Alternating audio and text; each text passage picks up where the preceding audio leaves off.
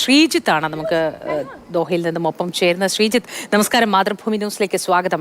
എന്തായിരുന്നു ഇന്നലെ അവസ്ഥ? എല്ലാവരും കുറച്ച് ഭയപ്പെട്ടു അല്ലേ?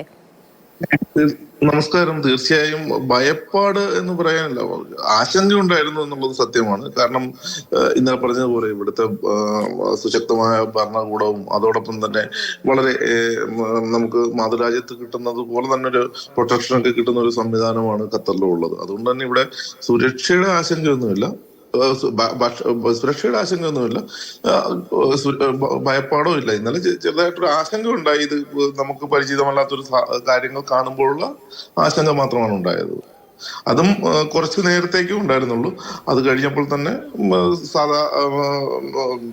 സാധാരണ ജീവിതത്തിലേക്ക് എല്ലാവരും മടങ്ങിയെത്തി. പുലർച്ചെ 2:45 ഈ വ്യോമ ഗതാഗതം പുനഃസ്ഥാപിക്കപ്പെട്ടതെന്ന് മനസ്സിലാക്കുന്നു. അതിനിടയിൽ സുഹൃത്തുക്കളോ പരിചയക്കാരോ മറ്റോ ഈ വ്യോമ ഗതാഗതം തടസ്സപ്പെട്ടതുകൊണ്ടുള്ള ബുദ്ധിമുട്ട് അനുഭവിച്ചവരുണ്ടോ? തീർച്ചയായും ഇന്നലെയൊക്കെ അധികം, കാരണം വീക്കെൻഡ് ഒക്കെ കഴിഞ്ഞ് ഖത്തറിൽ കഴിഞ്ഞ വീക്കെൻഡുകളിലൊക്കെ പരിപാടികളൊക്കെ ആയിട്ട് ബന്ധപ്പെട്ട കലാകാരന്മാർ ഉൾപ്പെടെയുള്ളവര്, നമ്മുടെ മുതുകാട് ഉൾപ്പെടെയുള്ളവര് തിരിച്ചു പോകാൻ നേരത്തെ എയർപോർട്ടിൽ പെട്ടുപോയായിരുന്നു. അതും വളരെ പെട്ടെന്നാണ് ഇത് സംഭവിച്ചത്.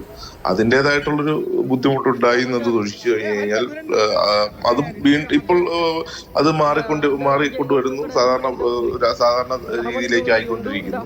അപ്പം അങ്ങനെയുള്ളൊരു ചെറിയ വിഷമ സന്ധികൾ ഉണ്ടായി എന്നുള്ളതാണ് സത്യം. അല്ലാതെ പ്രത്യേകിച്ചൊരു ബുദ്ധിമുട്ടൊന്നും ഉണ്ടായിട്ടില്ല ഇവിടെ.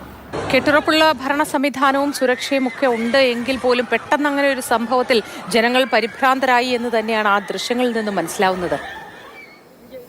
തീർച്ചയായും പരിഭ്രാന്തി എന്ന് പറഞ്ഞു കഴിഞ്ഞാൽ നമുക്ക് നമ്മൾ നാളിതുവരെ പരിചയമില്ലാത്തൊരു സാഹചര്യമാണെന്നല്ലോ കാണുന്നത്. അതിൻ്റെതായ ഒരു ബുദ്ധിമുട്ടുണ്ടായി എന്നത് ഒഴിച്ചു കഴിഞ്ഞാൽ വേറെ, കാരണം പരിഭ്രാന്തിയിലേക്കാൾ ഉപരി ആൾക്കാര് എല്ലാവരും വീടുകളിൽ നിന്നൊക്കെ പുറത്തിറങ്ങിയത് കാണുകയും ഉടൻ തന്നെ നിർദ്ദേശങ്ങളൊക്കെ വരികയും ചെയ്ത് സുരക്ഷിതരാകാൻ. ഏതായാലും വളരെ ഞാൻ ഒന്ന് ഇടപെടുകയാണ്, മറ്റൊരു വാർത്തയിലേക്ക് പെട്ടെന്ന് കടക്കേണ്ടതുള്ളത് കൊണ്ടാണ്. വളരെ നന്ദി ഒപ്പം ചേർന്നതിന്.